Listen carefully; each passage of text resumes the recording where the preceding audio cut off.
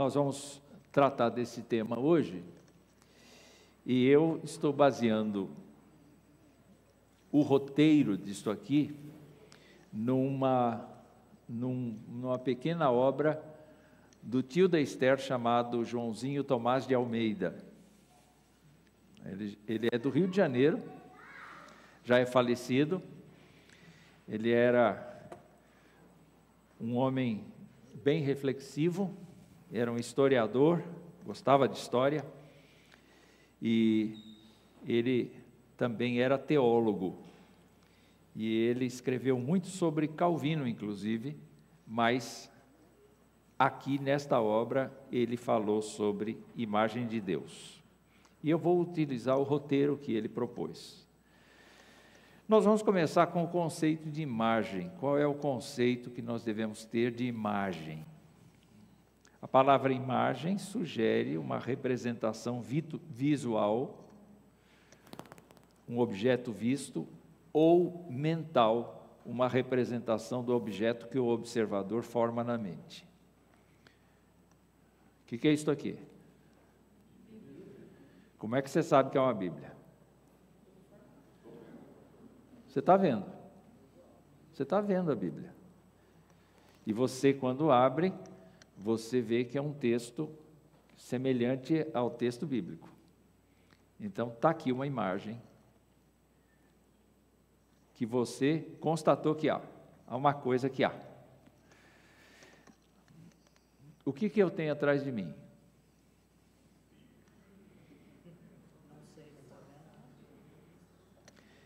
Então eu quero afirmar que eu tenho atrás de mim uma Bíblia. Como é que é uma Bíblia? Ela é retangular, tá? Não, eu quero dizer assim, no seu conteúdo, na sua forma de... É um conjunto de livros, é a palavra de Deus, é a revelação de Deus. Pronto, você construiu o quê? Uma imagem. Não a partir do que você viu, mas a partir do que você visualizou na sua mente. Não é? Vai guardando esse conceito, porque é assim que as religiões se criam. A pessoa olha um relâmpago e ela então vê um relâmpago. Ela não adora o relâmpago, mas ela cria uma imagem de poder, ela cria uma instância de poder e ela começa a dar para esse poder que ela imagina certas capacidades e competências, e ela vai criando as divindades. Os índios fazem isso. Eles são animistas e eles declaram então que as forças da natureza são deuses que estão reagindo aqui ou ali com ira, com alegria, com isso e aquilo. Então, quando nós pensamos em imagem, algumas palavras, tem muitas palavras hebraicas. Quando nós tivermos aula com o nosso irmão Estevão, ele é mestre em hebraico. Eu não sei se o Wellington é mestre em hebraico. Gosta mais do grego ou do hebraico? Mais do grego. Então, Estevão é fã do hebraico. Então, a gente vai ter muito lucro com esses dois aqui. Um falando grego, outro falando hebraico, e a gente não entendendo nada. Isso é grego para mim, né? Já ouviram essa expressão? E aí, então, quando nós vamos para o hebraico, há muitas palavras designativas de imagem, muitas. E o grego, então, especialmente na tradução do Antigo Testamento para o grego, a Septuaginta, usa determinadas palavras para designação de imagem. Naturalmente, nós temos várias palavras hebraicas que podem ser concentradas numa palavra só grega. E nós temos algumas principais. Então, quando você lê essa primeira palavra em negrito aí, o que você lê? Eidolon. E você está lembrando do quê? De ídolo. Você está lembrando de ídolo. Imagem traduzida como ídolo. Então, em todos os sentidos correlatos. Por exemplo, carne oferecida a eidolon. Não é? A pessoa se prostrando ou confessando um eidolon. Então, no Antigo Testamento, nós vemos que isso se refere especialmente à imagem dos deuses pagãos. Quando Israel fala de imagem, está se referindo a imagens de ídolos construídos pelos povos pagãos, não é? E as práticas decorrentes da adoração idólatra. Por exemplo, na pastoral do boletim de hoje, eu estou me lembrando de Acás, que foi capaz, sem fazer verso, não é? De entregar os seus próprios filhos ao sacrifício de Moloque. Então ele estava diante de um eidolon, diante de uma imagem a quem ele atribuía determinados poderes. Ele poderia até saber que a imagem que estava ali não fazia nada, era estática, foi construída por um artífice, mas ele atribuía àquela representação, poderes, sensações, ofertas, coisas que deveriam ser dadas a ele. No Novo Testamento, esta palavra continua no seu sentido, assim como continua a condenação da sua prática. Quer dizer, o Novo Testamento vai dizer, olha, não coma carne oferecida a ídolos. Vocês abandonaram as práticas dos ídolos.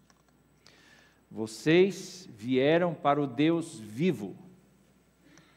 Então, existem bastante referências a respeito disso no Novo Testamento. O que mais que nós temos ali? Essa é a palavra, assim, mais usada, que eikon, que é imagem, semelhança, forma, aparência. E é interessante o seguinte, o pensamento grego, quando usa essa palavra eikon, a imagem participa da realidade que ela representa. A imagem participa da realidade que ela representa. No Antigo Testamento, o conceito aparece na criação do ser humano. Como é que Deus criou o ser humano? A imagem e semelhança de Deus. O que isso vai significar para você? Que o ser humano é um retrato de Deus. Mas como ele é um retrato de Deus? Em que nível ele é um retrato de Deus? Ele é um Deus também? Não. Ele tem uma natureza semelhante, ele tem uma natureza que tem competência de relacionar-se de maneira consciente com o seu Criador. Já o leopardo não faz isso, nem o leão, nem o rato, nem a borboleta, nem coisa alguma neste planeta. Só o ser humano tem a competência de se relacionar com Deus em nível de diálogo, em nível de relacionamento. É por isso que o Salmo 8 vai dizer que Deus fez o homem um pouco menor do que Deus. Como assim? não na esfera divina, mas com a esfera humana, todo o potencial necessário para que o ser humano tivesse um relacionamento sadio, limpo, agradável, profundo com Ele, com o seu Criador, de maneira consciente, porque Deus criou o ser humano para Ele. Deus criou o ser humano para Ele.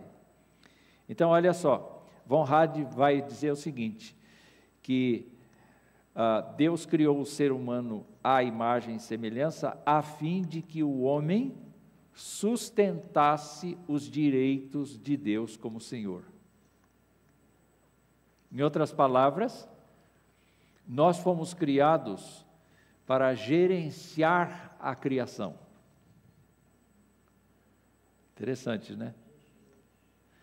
Não para sermos subordinados da criação, mas para gerenciarmos a criação. Isso significa dominar toda a tecnologia, auxiliar todas as criaturas, favorecer o desenvolvimento do planeta, tomar decisões relacionadas ao bem da criação, andando com Deus. Essa é uma coisa muito interessante. No Novo Testamento, nós vamos encontrar uma revelação. Dá licença.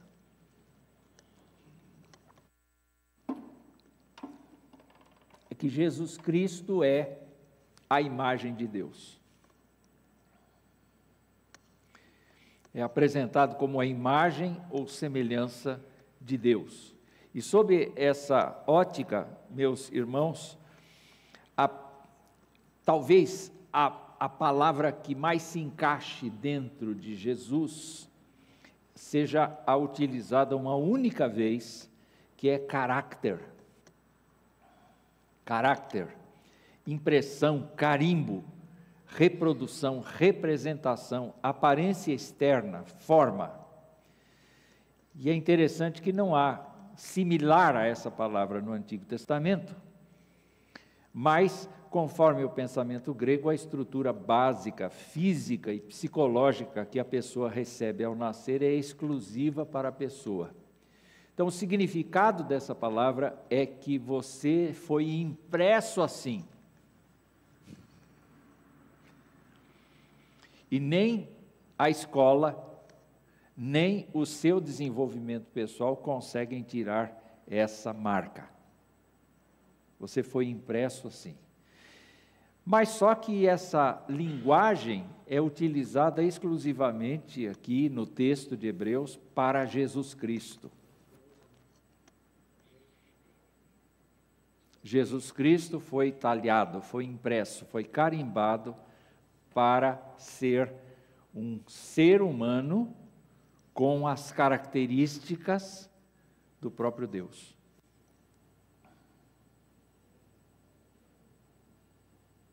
É diferente da gente.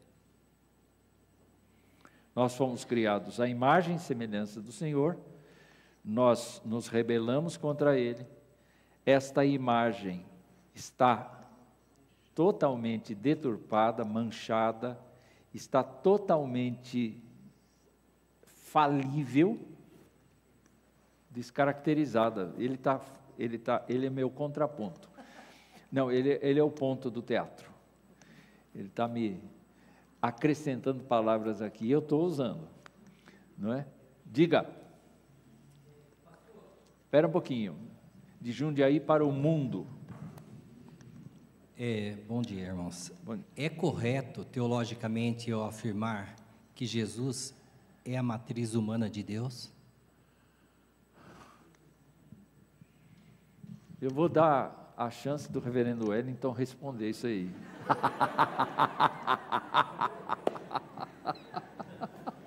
Não, vamos interagir como classe mesmo, não é? Fala um pouco. Eu não sei o que o irmão quis dizer com matriz humana de Deus, mas o que a gente tem de se atentar, e até a palavra que o senhor utiliza em Hebreus 1, é colocado que Jesus Cristo é a expressão exata do caráter de Deus, né? Então, a falar sobre matriz humana de Deus Nós não temos fundamento bíblico para até mesmo utilizar essa terminologia, mas o que nós temos é que Jesus, no seu estado de humilhação e de exaltação, ele é a expressão exata do ser de Deus. Então, é o único meio através do qual nós podemos contemplar a Deus. Os discípulos pediram para que mostrasse ao Pai, né? E Jesus Cristo diz: quem vê a mim, vê ao Pai. Então, eu creio que nós devemos nos ater nesses aspectos, em específico aquilo que a Escritura nos coloca. É uma linguagem ocidental a dele lá, não é? Não é? Mas tudo bem. Respondeu a pergunta? Tá bom. Olha lá, viu? Quando nós chegamos então em Jesus, porque nós vamos começar por Jesus, nós não vamos começar por nós, vamos começar por Jesus. Se Jesus é a expressão exata do ser de Deus, as palavras utilizadas para Jesus nunca são eidolon. Nunca se usa para Jesus a palavra eidolon. Ainda que Jesus seja meu ídolo, no sentido assim, romântico da palavra, ele não é ídolo. Jesus Cristo é a imagem de Deus. E quando olhamos para essas passagens, vamos dar uma espiada nessas passagens. 2 Coríntios 4, 4, Colossenses 1, 15. Alguém pode ler 2 Coríntios 4, 4?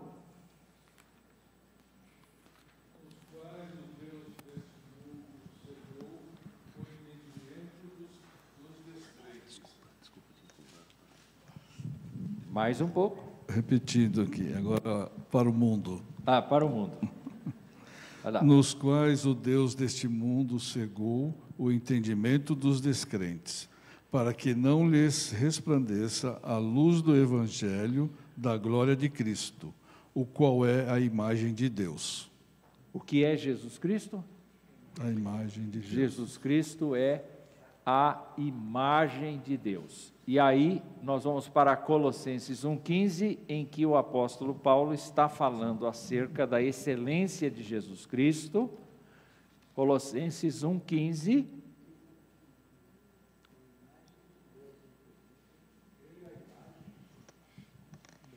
Pode ler. Colossenses 1,15. Este é a imagem do Deus invisível, o primogênito de toda a criação. Muito bem. Nós verificamos que nos dois textos o apóstolo Paulo fala que Jesus é o eikon de Deus.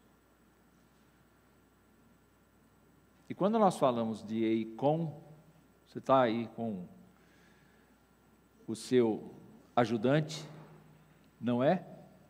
Tem mais alguma significância que possa contribuir, reverendo?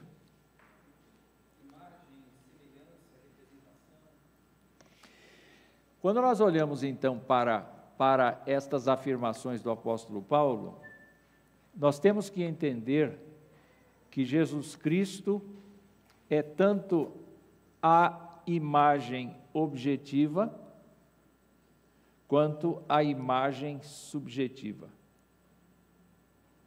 Diga, espera um pouquinho. Rapaz, você vai ficar magro. Aqui, Flávia. Domingo que vem a gente tem que fazer diferente. Tem que dar um microfone para cada crente. Cada um traga o seu. Diga. Não, é que eu acredito também que Paulo disse que Jesus, em relação a ser o primogênito da humanidade, ele também foi chamado de segundo Adão. Só que ele foi tudo o que o Adão não foi. Ele foi humilde e foi também obediente. E o Adão acabou tendo a queda porque ele teve orgulho e foi desobediente. Mas há uma outra coisa que deve ser acrescentada aí. Jesus é o segundo Adão porque ele executa a vontade de Deus dentro do plano redentor de Deus. Enquanto que Adão não. Adão tinha que responder a Deus, obedecer a Deus por si. Só que Jesus Cristo age de outra maneira. Enquanto Adão é o responsável por desencaminhar a humanidade como um todo, Jesus é responsável por trazer a humanidade de volta para Deus. Né? Olhando ainda, imagem e semelhança, forma e aparência, vamos olhar João capítulo 14.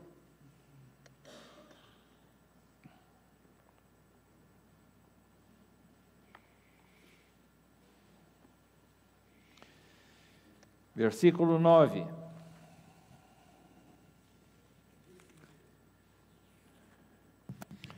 Quem já leu perdeu a vez, hein? Jesus respondeu: há tanto tempo eu estou com vocês, Filipe, e você ainda não me conhece? Quem vê a mim, vê o Pai. Como é que você diz, mostre-nos o Pai? Está aí. Quem vê a mim, vê o Pai. Se você quiser compreender como é que é a misericórdia de Deus, como é que é a justiça de Deus, como é que é a longanimidade de Deus, a paciência de Deus, para quem você tem que olhar? Você tem que olhar para Jesus. Você tem que olhar para Jesus. Porque Jesus não reflete a imagem, Ele é a imagem. A gente reflete, Ele é. É por isso que quando Hebreus usa a palavra caráter, está falando que Jesus foi impresso desse jeito. A humanidade de Jesus Cristo é vivida de acordo com a sua pessoa, tanto do ponto de vista pré-existente quanto do ponto de vista divino. Eu não sei se eu estou ajudando ou atrapalhando. Tem alguma coisa que o irmão queira falar? Você é meu ajudante hoje. Daqui a pouco você assume aqui. Então vamos lá. Você está entendendo o fato de que Jesus Cristo, quando é apresentado, Ele não é apresentado como mero homem, mas Ele traz em si os atributos da divindade, Ele traz em si o caráter de Deus, Ele traz em si a postura de Deus, Ele traz em si porque Ele é o próprio Deus em carne. Está entendendo isso? Não é uma pessoa comum. Não é uma pessoa comum.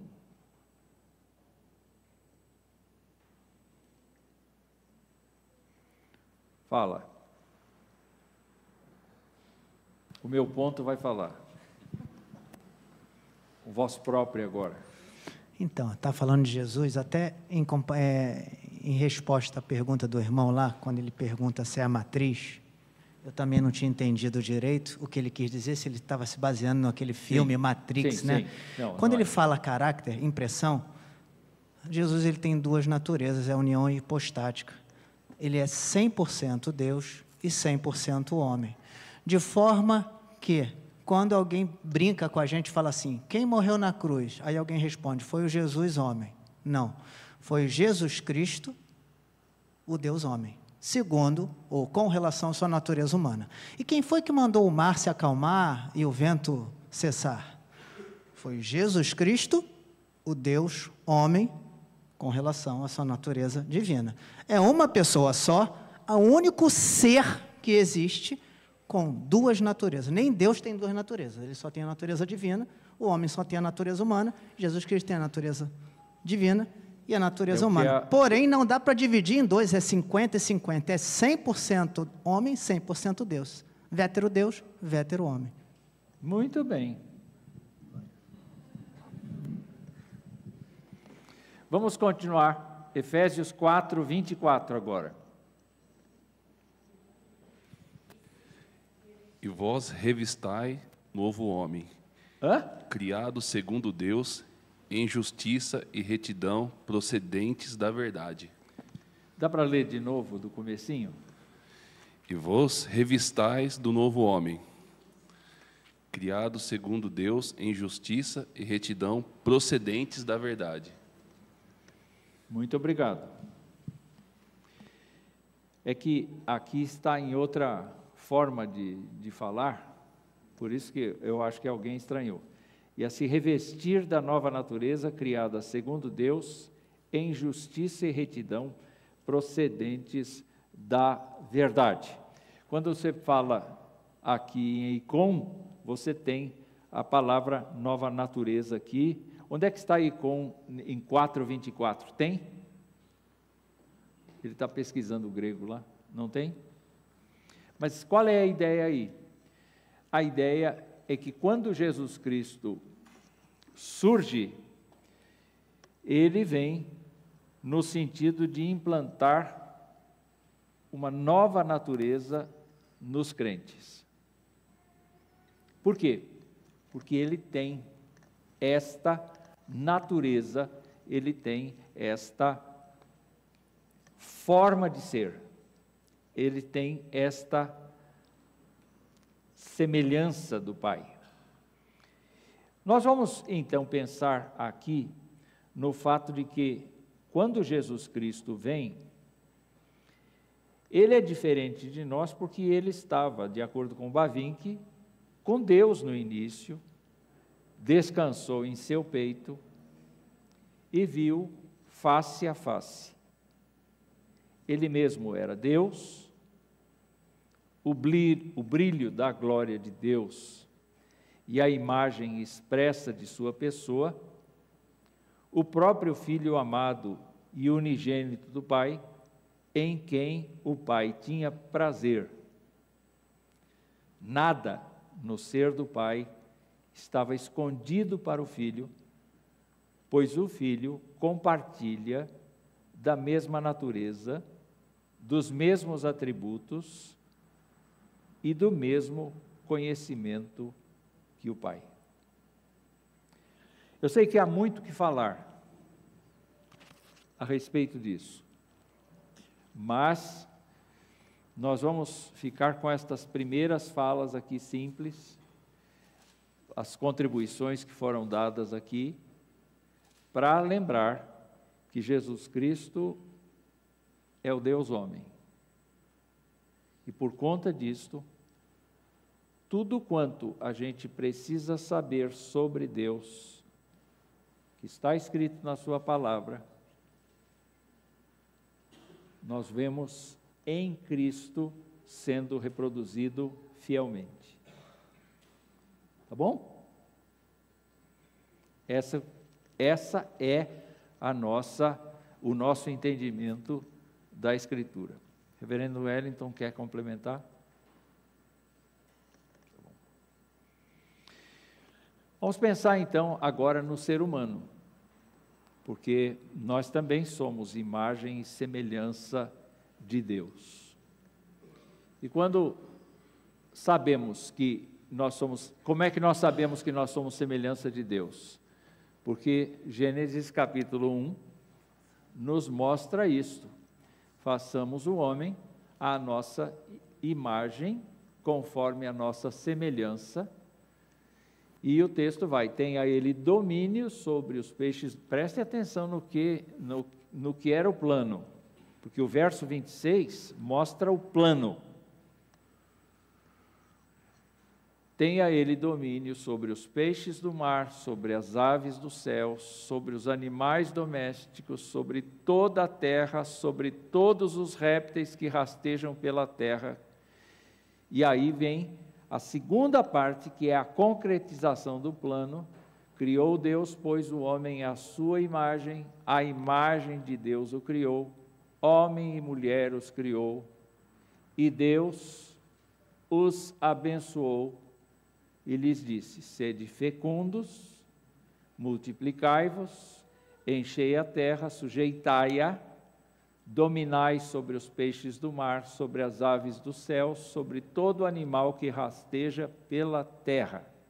Pulando um pouquinho, viu Deus tudo quanto fizeram, e eis que era muito bom. Houve tarde de manhã, o sexto dia.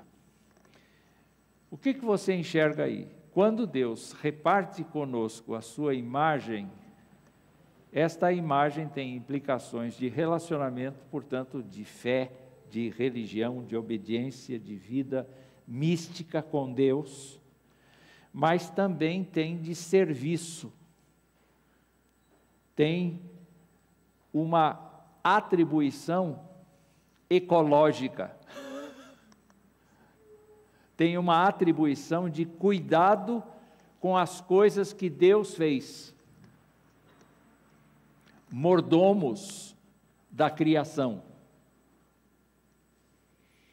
Então, de um lado, tem a capacidade de conversa com Deus e, portanto, de conceitos de santidade, de pureza, de vida, de bênçãos, de promessas, essa conjuntura toda que vem da parte de Deus, que é inesgotável, mas também tem a ver com o nosso serviço de adorar a Deus por meio do nosso exercício de cidadania, por nosso exercício de cuidado da natureza, por nosso exercício de cuidado com as coisas de Deus.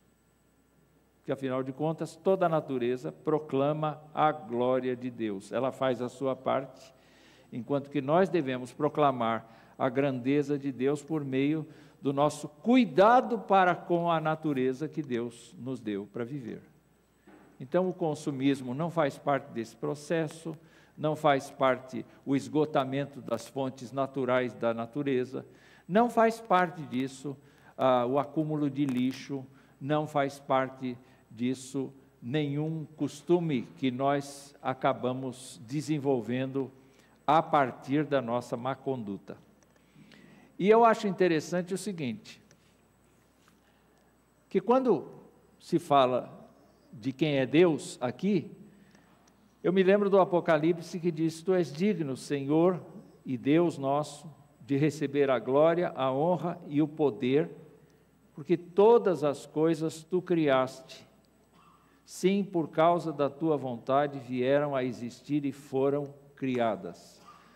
O homem no seu estado natural, sem pecado, antes de cair, facilmente entendia que tudo foi criado por Deus.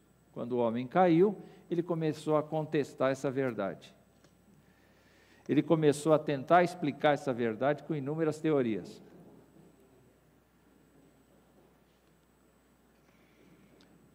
Uma pessoa que aceita Jesus Cristo como seu Senhor e Salvador, vai se tornar cada vez mais convictamente criacionista. Não pode ser diferente. Nenhuma teoria que nós, porventura, tenhamos ouvido, aprendemos na escola, é a verdade. A verdade é que Deus nos construiu desde o princípio, a partir dele mesmo, a partir da sua palavra. É o que a Bíblia afirma. Tudo foi criado por Deus e por causa da tua vontade vieram a existir e foram criadas. Portanto, quando Deus cria o ser humano à sua imagem e semelhança, o ser humano se deve ao seu Criador.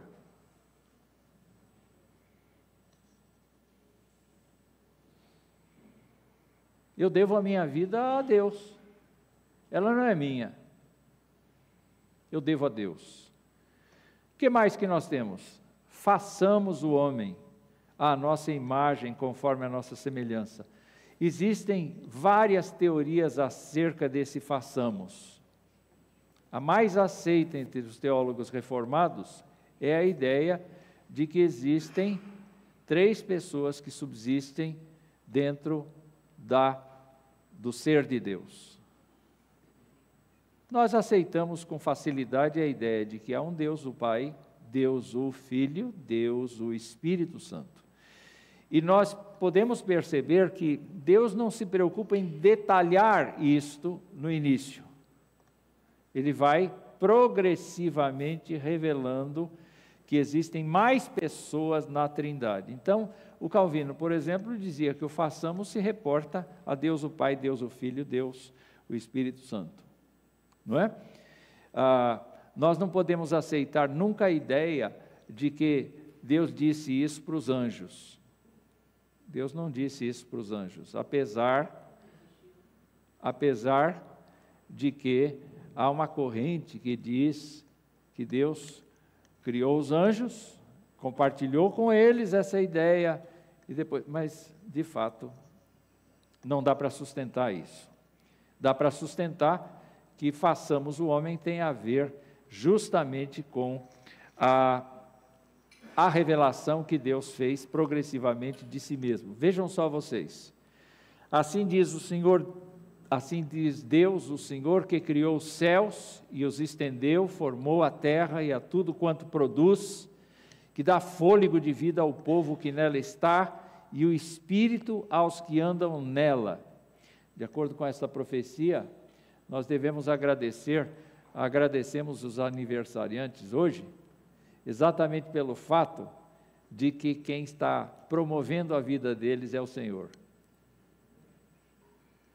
Ninguém está promovendo a sua vida, não é o glifage.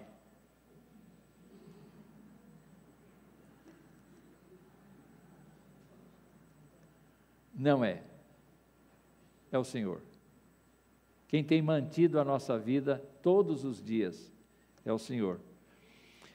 Ele dá fôlego de vida ao povo que nela está e o Espírito aos que andam nela, diz Isaías 42.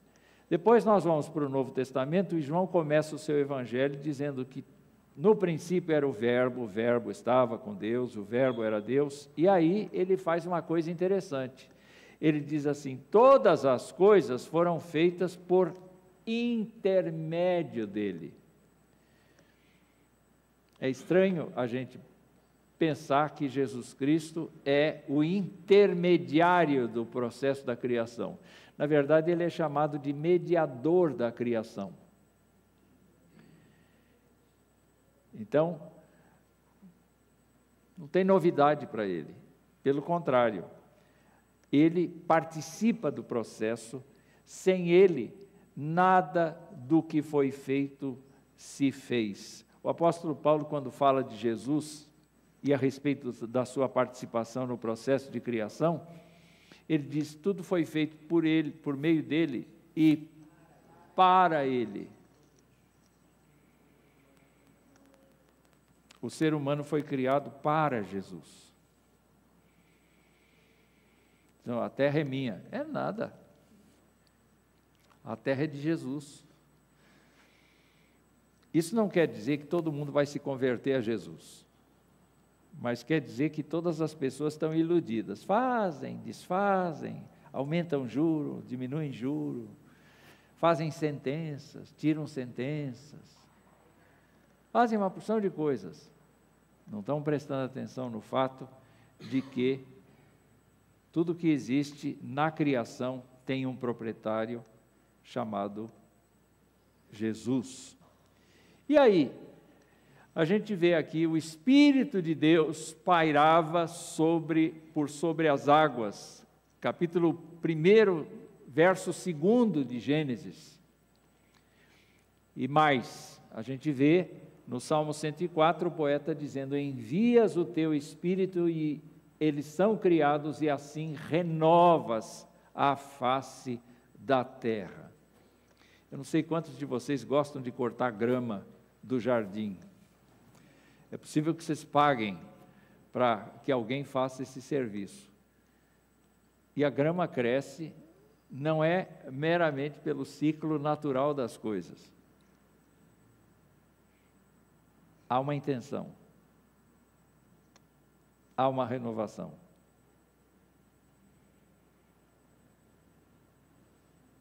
Nós estamos num mundo imerso na direção divina.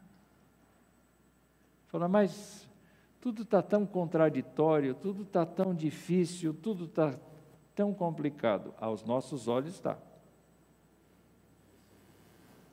Mas tudo isso está convergindo para que Jesus Cristo venha e se mostre como o dono daqui. Falta pouco. No nosso caso, cada vez mais pouco. Não é porque a gente está ficando velho. Está faltando tempo já.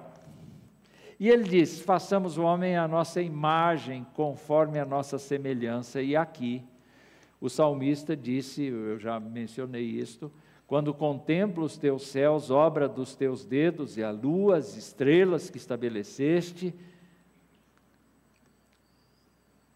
que é o homem, que dele te lembres, e o filho do homem que o visites. Fizeste-o, no entanto, por um pouco menor do que Deus, e de glória e de honra o coroaste.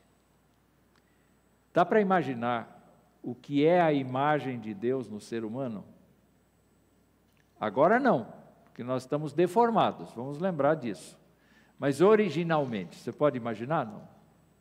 Qual seria a competência na engenharia? Qual seria a competência na medicina? Qual seria a competência do ser humano na música? Qual seria a competência do ser humano em todas as áreas, se ele estivesse junto do seu Criador, vivendo na plenitude da imagem com a qual ele foi criado? Eu tive um professor que dizia assim, em 1000 anos a gente já teria visitado, em 1000 anos de existência humana a gente já teria visitado a Lua. A gente saberia como levitar. Ele dizia umas coisas assim, é por isso que eu sou tão imaginativo. Eu tive professores desse tipo.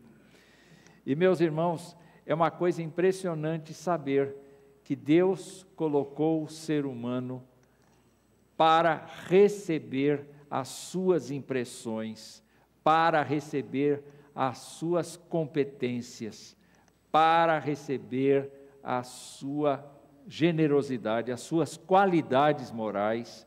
Deus deu competência ao ser humano para ser tudo isso. Quando a gente pensa na descrição que a Bíblia faz, ela não se propõe a ser um tratado científico, ela propõe a mostrar aquilo que Deus foi fazendo com o ser humano. Então, olha só, eu listei aqui algumas competências. O ser humano é uma criação específica e é uma criação pessoal de Deus, é uma criação aprovada por seu critério de qualidade. E Deus viu e tudo era muito bom. Aos olhos de quem? Aos olhos dele mesmo. Aos olhos dele mesmo. Então, quando olhamos para esse conceito de imagem, nós vemos que Deus deu ao ser humano a responsabilidade, a possibilidade de multiplicar a espécie, como todos os seres vivos que há. Todos os seres vivos têm capacidade de multiplicação da espécie. É verdade que alguns machos morrem logo depois, porque a fêmea come a cabeça deles. Eu não sei se faria. É uma pergunta que eu queria fazer. Pastor,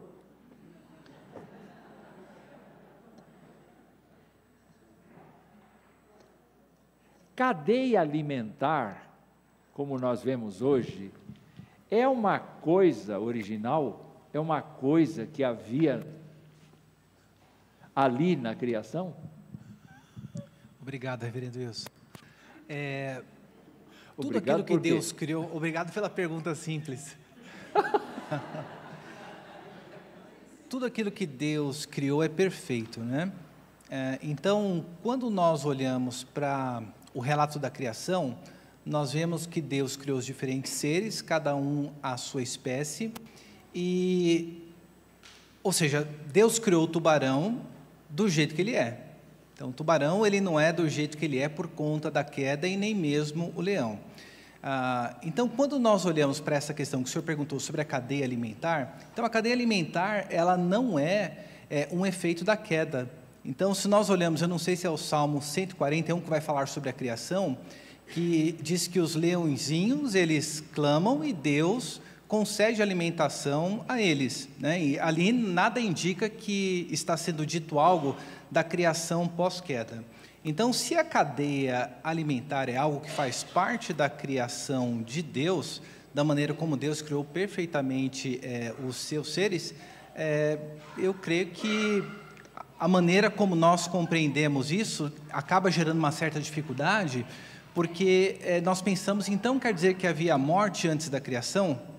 Né? Então, só que quando a palavra de Deus fala sobre a entrada da morte na criação, o que nós vemos ali, Adão e Eva não morreram imediatamente após a queda. Então, nós vemos que a morte é espiritual e, consequentemente, a entrada da morte física também.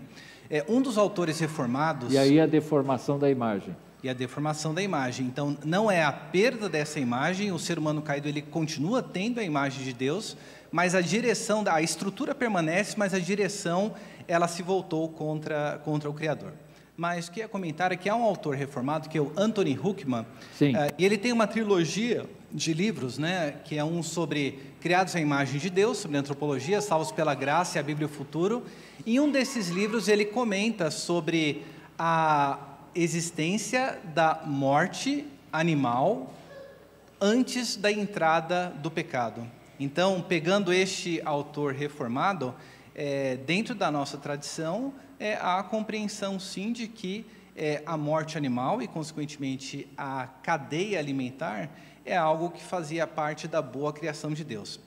Isso não significa dizer que isso que nós vemos é algo que se dá hoje de uma maneira natural, porque Romanos mesmo coloca que a criação ela geme, ela sofre, né, aguardando a redenção dos filhos de Deus.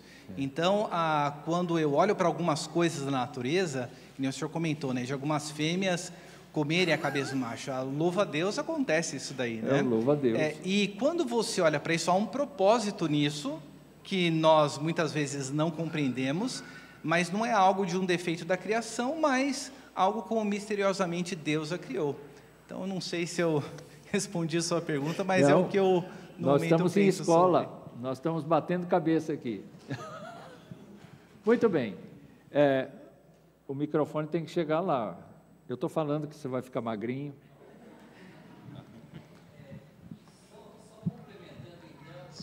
Segura. É interessante que quando a gente estuda a Bíblia, por isso que eu coloquei no ponto teológico, irmão, porque fica muito aqui, a gente ofende a Jesus esquecendo que Jesus é Deus. Muitas vezes a civilização fala mal de Jesus e a gente esquece que Jesus é Deus e nos omitimos. Pelo lado científico é interessante, até ter um irmãozinho aqui que é especialista em abelhas, viu, pastor? Esse de blusa laranja aqui. No científico é interessante procurar entender um pouco, jamais vamos compreender, como diz Paulo, entenderemos a mente de Deus, mas os machos que são alimentados nessas espécies, as fêmeas são poucas e os machos são muitos. É interessante, até na questão da cadeia alimentar, os carnívoros comem e ficam muitos dias sem comer, né? E os herbívoros se procriam como pragas. Então, Deus sabe muito bem o que Ele criou. Alguns insetos que têm muitos machos e poucas fêmeas, certamente não são evangélicos, porque a maioria das igrejas tem muita mulher e pouco homem, não é? Nós vamos chegar ao final aqui pensando o seguinte, que quando Deus criou o ser humano, Ele criou com responsabilidade e possibilidade de multiplicar espécies, sujeitar, dominar a terra. Ele deu responsabilidade e competência para cultivo e guarda do jardim. Portanto, Ele deu competência na área do entendimento do funcionamento das plantas, no funcionamento do jardim, como cultivar, como tratar. Ele incentivou esse trabalho certamente, Adão começou a desenvolver ferramentas para cultivo. A gente não pode imaginar Adão administrando os jardins de maneira indireta. Foi de maneira direta. Então, ele aprendeu a natureza. Ele recebeu liberdade para obedecer a Deus de modo consciente, diferentemente dos seres irracionais. Deus colocou uma árvore do conhecimento do bem e do mal num lugar fantástico. Um aluno meu disse assim: Deus não foi ingênuo de colocar a árvore do conhecimento do bem e do mal no meio do jardim? Não. Deus queria que o homem soubesse escolher e que exercitasse essa competência de escolher. Todos os dias ele tinha que tomar a decisão de obedecer a Deus ou de rejeitar a Deus. Todos os dias. Isso não é diferente do crente hoje. Todos os dias o crente tem que dizer: eu não quero pecar contra o Senhor. Mas ele só tem essa condição porque ele recebeu a conversão do seu coração, ele recebeu o perdão dos seus pecados e ele recebeu o Espírito Santo para ajudá-lo a não cair. Mas todos os dias a gente tem que passar pela nossa árvore do conhecimento do bem e do mal e dizer: não quero.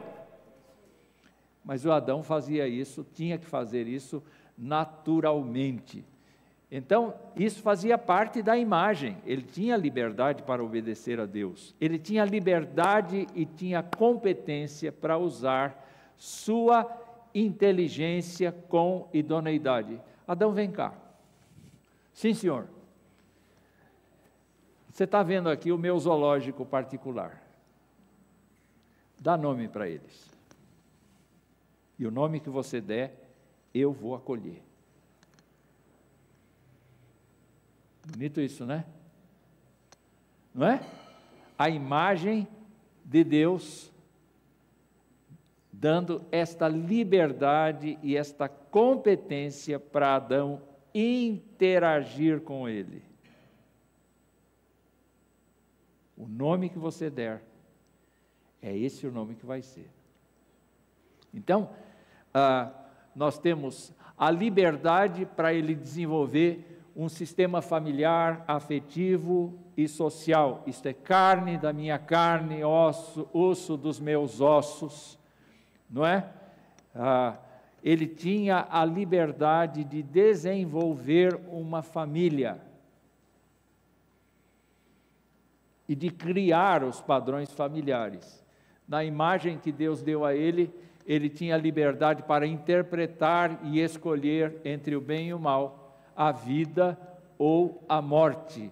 E ele tinha a capacidade e a liberdade maior de falar com Deus, de conviver com Deus livremente. Eles se visitavam. Deus estava na viração do dia, na companhia de Adão. Essa era a imagem criada. É claro que há muito o que falar, mas nós vamos ficar por aqui. Semana que vem, a gente vai entrar na queda. O que aconteceu com a imagem na queda? E o que aconteceu com a imagem quando Cristo entra na vida de uma pessoa? Tá bom? O reverendo quer falar alguma coisa? Mais alguém quer falar alguma coisa? O Júnior já se posicionou lá. Acho que não. Vamos louvar a Deus, porque o Senhor não criou a imagem humana no vácuo. O Senhor, em primeiro lugar, tem um padrão de imagem que é o seu próprio Filho. E quando Deus constrói o ser humano, Ele constrói a partir da imagem que o Filho tem. Ele estabelece o próprio padrão e a partir disso Ele cria. Vamos sair daqui pensando o que o pecado fez conosco. Vamos sair daqui pensando como é que hoje nós somos. E quão difícil é para uma pessoa entender a Deus e aceitar a Deus naturalmente. Ela não consegue. Vamos orar.